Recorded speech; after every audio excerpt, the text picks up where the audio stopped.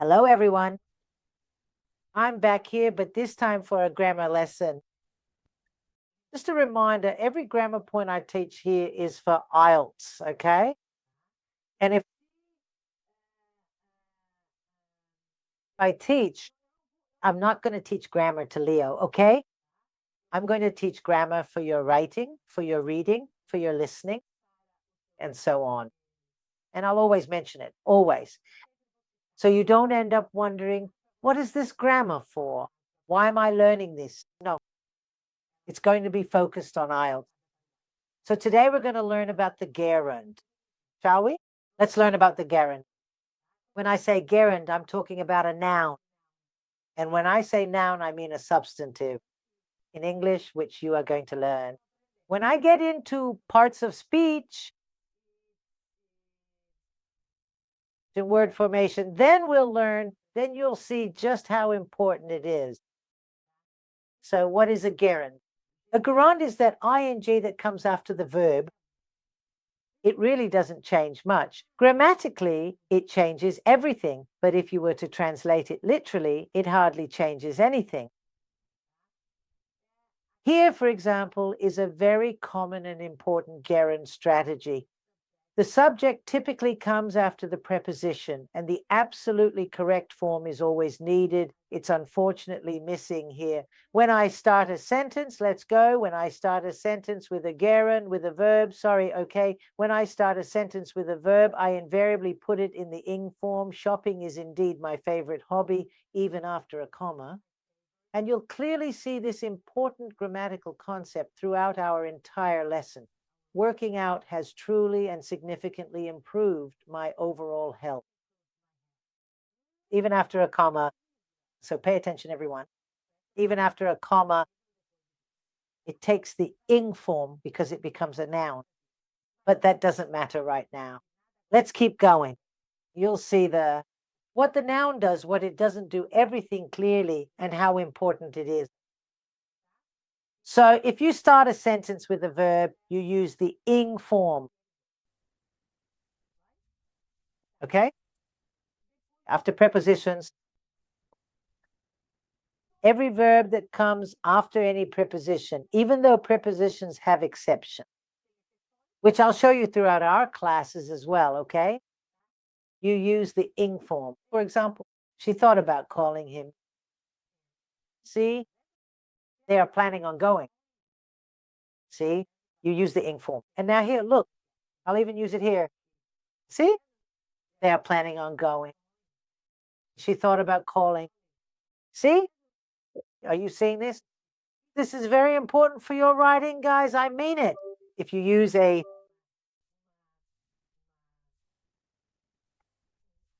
verb after a preposition or a verb after or starting a sentence, you have to use it and verbs after verbs. There's a list of them, okay? I'll even show a few, but I'll give you a list. I enjoy learning.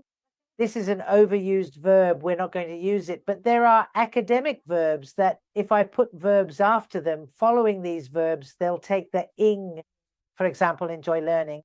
And there's another one here, want to see? There's another example here, want to see? My teacher suggested study after the word suggest. Look, that's cool. Now you know. And there are several more that I'm going to show here. Look, I'm going to show you some here. They're overused, but some aren't. Check it out. Admit, doing, advise, doing, appreciate, doing, avoid, doing. So all the verbs that come after these verbs here and many others, they take ing, that is, they go in the gerund form, very important. But there's no gerund without the infinitive because we have the infinitive too. What is the infinitive? For us in Portuguese, the infinitive is everything that ends with r, or r. The r, the ear, like falar, fazer. But what about the infinitive in English? Infinitive, not preposition, guys. In English, for the infinitive, we use to. And when do I use the infinitive? Well, you already know about the gerund, right? You already know the gerund. There are 3 rules. The law of the gerund. It starts the sentence. Even after a comma, if I start with the verb, I'll use the verb in ing form. After prepositions too, except for the preposition to, which is an exception. There's an exception with the preposition to, which I'll show you later. Use ing. And after certain verbs, which we need to know which ones they are. I'll put a list there, obviously, but we need to know which ones they are. And what about the infinitive? The infinitive only takes 2. This 2 here, guys, is not a preposition, okay? It's the infinitive. So we need to know what an adjective is. I'll still show you in the parts of speech, which I'm going to give you, and it's essential for your writing. We need to know what an adjective is. The adjective here is nice. This is pretty classic. It is nice. After the adjective, if I use a verb, it comes with to meet you, the infinitive. It's nice to meet you. She explicitly mentioned that it was quite dangerous to stand too close to that particular machine. So after any adjective, I consistently use the infinitive form of the verb. Don't forget that. And I'd like to point out here that you might reasonably ask me, how exactly am I supposed to truly know it's an adjective, Kika? Okay. Well, we're going to have word formation classes, and for that, we're going to learn suffixes. Then you'll be able to identify, in most cases, an adjective, a noun, a verb. Do they have them? They have the appropriate suffix for that. Some of them, most of them, let's say. And when else do I use the verb in the infinitive, not in the ing form, only in the infinitive? After the object. After the object. After the object. What is the object? Oh, guys, the object is what comes after the verb. Most verbs require an object. I'm going to write it here, but it looks really ugly to write here. No, I'm going to change here. I'm going to use a little board here, and I'll quickly show you what an object is. I'll show you quickly here. And what a subject is, which is the subject of the sentence. It's important to know. Here we go, let's do it. Let me put the board here because I'm going to use a board now with you to quickly explain what an object is and what a subject is. Subject, subject, subject, the subject. Okay, so shall we? Here, I'm not sure if you can see here, but the share will definitely go over here, okay? And now we're going to see, look there, my handwriting doesn't come out very neat, but we do what we can, right? I'm an English teacher, but an English teacher with messy handwriting. Look here. Oops, that's not me. It's actually, let me erase this here.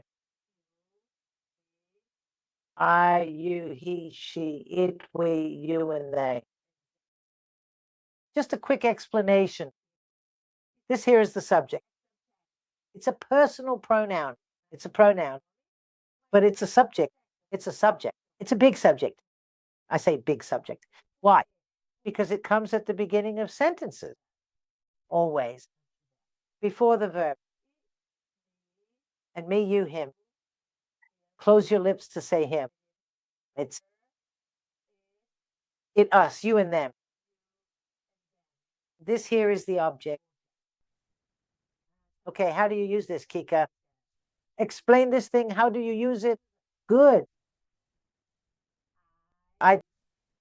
No, I'll put it like this. Joanna loves Pedro.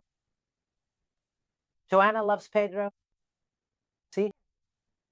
Joanna is she. It is before the verb. Before the verb. So it's a subject. Important to know this. What about Pedro?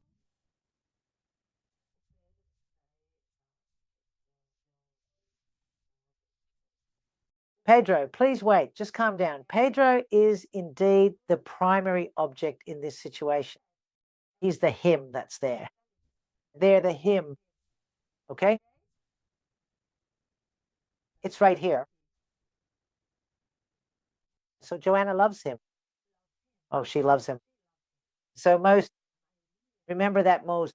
This is indeed very basic grammar, but it is precisely this fundamental grammar that we frequently get wrong time and time again. Because sometimes we're writing and, go, go, go, go, go, go. You forget to put the verb agreement there. You forget to put the object. It's typical.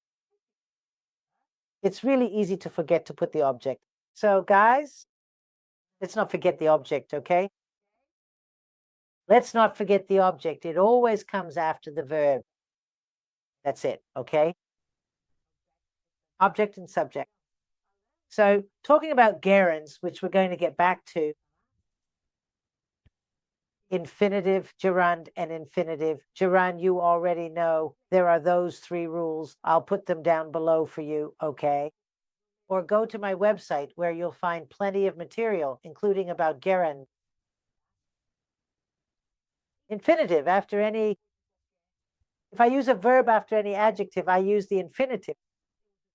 For example, the classic is, it is nice to meet you. If I use after an object, a verb that follows an object, I typically use the preposition to. This rule applies generally except for the specific word make, which is an exception. The verb to make, the verb to help, they don't take it. But I'll cover that. They are causative verbs. We're going to have a class just about causative verbs. But generally speaking, after the object, okay? Comes to. Except makeup. I made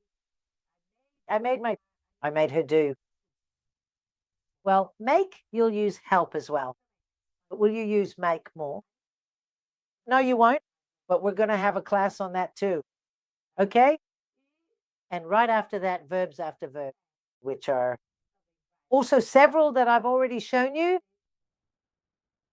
Here, afford, agree, appear. These verbs here, they require to the infinitive. I can't afford to buy that house. See? I agree to have this. I expect to do this. Okay? So the rules of the infinitive and the gerund are these, okay? These 3 that I just mentioned here, which I'll put down below, and the other 3 for the infinitive, which are important. And which ones, but Kika, which verbs will I use with the infinitive and the gerund? You need to know them, okay? You need to know them. And of course, I'll provide a list for you, okay? These lessons that are here, let's make the most of them, because later, the more complete versions, they'll go to Hotmart. Then they'll be paid, okay? But for right now here, they are available for absolutely free, okay? And you'll have a lot of things here for free. Bot, various exercises, comprehensive mock tests, and so on, okay?